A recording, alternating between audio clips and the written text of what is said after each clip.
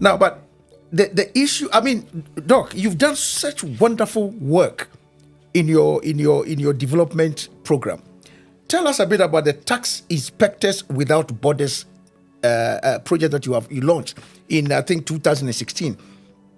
And you see all the things you are doing dovetails into the objectives of the Africa Continental Free Trade Area, which we shall discuss later. But tell us a bit about the tax. And my interest about this Tax Inspectors Without Borders issue is developing SMEs on the continent. One of the things we've mentioned at a forum in the African Union Conference Commission in Addis, I asked the question, is it not possible, for example, when these foreign companies come to Africa, we give them tax incentives, and yet on the continent, our own entrepreneurs, SMEs, women and young people, don't enjoy anything as incentive, tax incentive. So tell us a bit about your Tax Inspectors Without Borders project, and let's see how that was also accomplished. Thank you very much. The Tax Inspector Without Borders was launched in 2015 at the margins of the Financing for Development Conference in Addis Ababa, right? Which I was part of. Good. And we have initiated it in Africa and many other developing countries, where we have been able to contribute up to about 2 billion in increased additional revenues by revenue authorities across countries, and of which about 1.8 billion is in Africa. The initiative is a kind of partnership between the United Nations Development Program and OECD, which we have put together in getting what we call tax experts and auditors, accountants all over the world that have retired in multinational companies. Sure. The Tax Inspector Without Borders was directed at blocking the loopholes in most of the multinational companies, particularly in the mining sector, to avoid what they call tax evasion and tax avoidance. So what we did was to hire retired tax experts from most multilateral companies, and then say, okay, we go to a particular country, identify some of the loopholes and block it work with the government to block it. This is how it has been able to generate additional revenues of about 2 billion since its creation. Interesting. And it has covered many African countries. What we now do, particularly in South Africa and here, we have initiated the process of creating what they call a forensic laboratory on tax crime, where we'll be able to look at the details, deep dive into what is causing it and how do we block it. This is one of the initiatives we're trying to really address.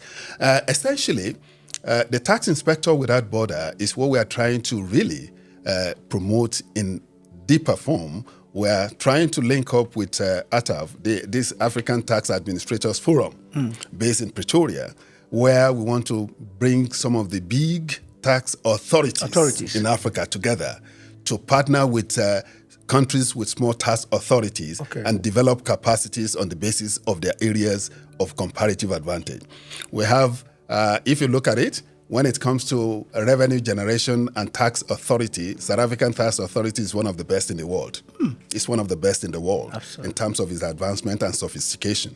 And also when it comes to the issue of using electronic tax-based system, Nairobi, Kenya is one of them. The tax authority in Kenya is really good. Pushing the IT project. Yes, so there are a number of them across all the countries. We've identified them. Good. And we then say, how can we pair this with other countries so that they can learn together and then move things together as part of the South-South cooperation within Africa. This is one of the initiatives where we're trying to see how we can do this to really ensure enhanced capacity. And we are currently working with the African Capacity Building Foundation that is based here. Oh, good. In terms of promoting their ability to build the capacity of African government to increase domestic resource mobilization. Wonderful. So we're currently supporting them. UNDP is supporting them to do this. So, and we have a number of other initiatives which I think is really going in place. And I just want to underscore the fact that if you hear about African Mineral Development Center today and the African Mining Vision, UNDP worked extensively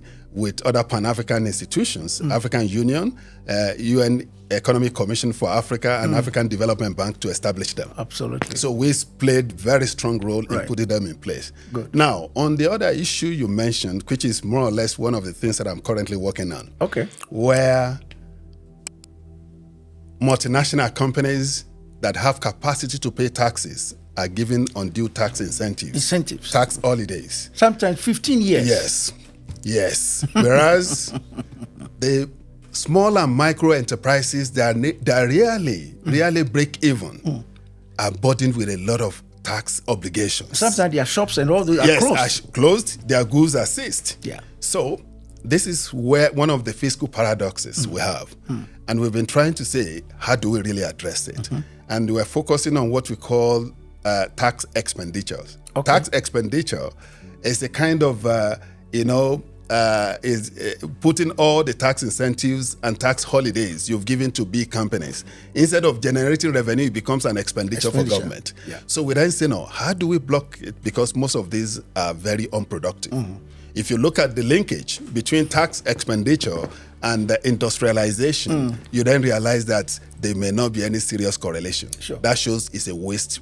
It's a wasted effort. Right. So why don't you enhance the productivity of small-scale enterprises and enhance the kind of incentives that will allow them to access market, that will allow them to have what they call financial incentives in terms of access. They are not even asking for subsidies. Right. They are not asking for tax relief, but facilitate the process for them to be gainfully involved in the financial system. Sure. That's what they are looking for at a moderate what they call credit rates. Now, in many African countries, you then realize that lending rate is within 20 to 30%. Absolutely. Now, how many companies can make internal rate of return of 15%? Yeah.